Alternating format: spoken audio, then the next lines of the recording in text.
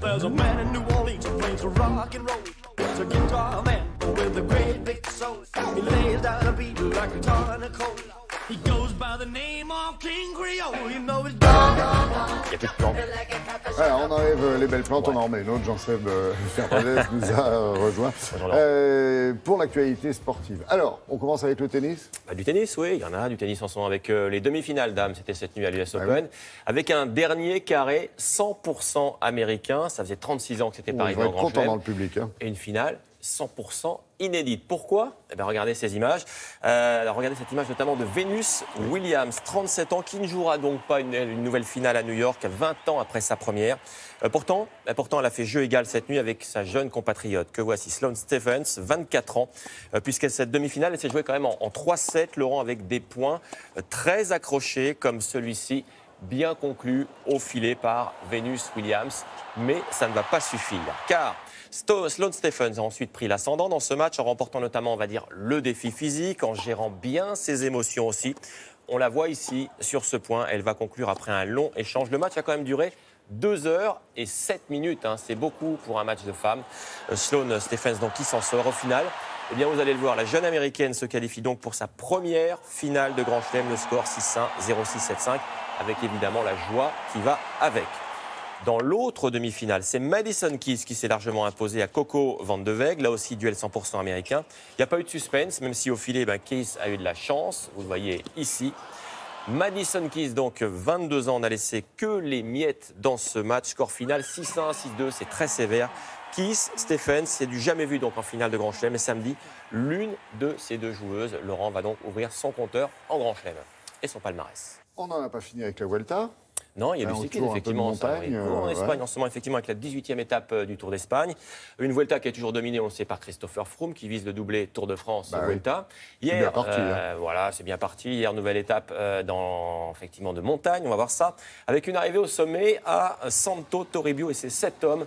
Le Belge Sander Armé de l'équipe Lotto qui s'est imposé en solitaire après 168 km. Évidemment, il est heureux, c'est sa première victoire en pro.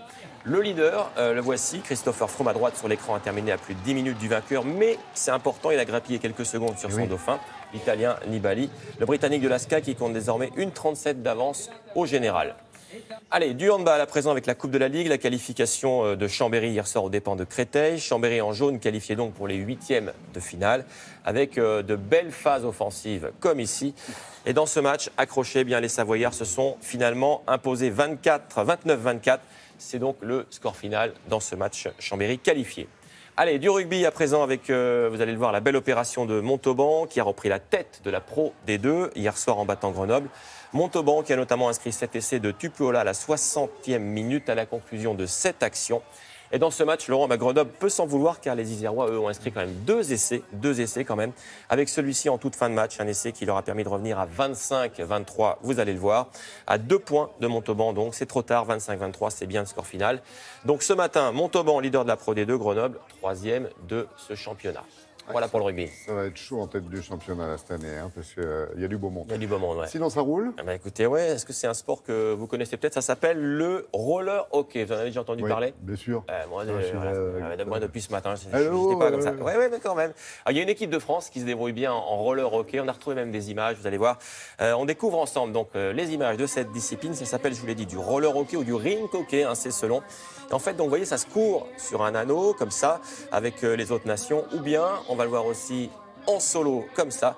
Alors là, il s'agit de chasser en fait le meilleur chrono. Au final, donc, belle perf des Français. Gwendal Le Pivert en bronze sur 300 mètres et Alexis Contin en argent sur le 10 km. Et puis, cette dernière image de football avec ce garçon, Laurent, qui va griller quand même 5 défenseurs et le gardien pour inscrire tranquillement son but. Ça se passe aux États-Unis, comme quoi... Pas besoin de payer 220 millions pour s'offrir Neymar.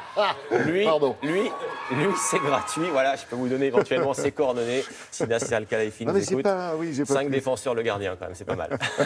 En revanche, on continue beaucoup de parler de Kylian Mbappé, le prodige, on dit plus monégasque maintenant. Qui va sans doute faire ses grands débuts ce week-end avec le PSG. Contre Metz, c'est ça, ils vont aligner la fameuse attaque avec On n'est pas sûr que Neymar va jouer, il va peut-être être mis au repos. Oui, parce qu'il était sélectionné dans son équipe nationale pour les sélections qualification pour le mondial. Exactement. Et effectivement, je crois qu'il descend tout juste de l'avion. Exactement, mais Mbappé, lui, jouera ce week-end. Ça a été annoncé. OK, mais il y aura du spectacle de toute façon avec la Ligue 1. Merci Jean-Seb, je vous souhaite un excellent vendredi. Bon D'accord.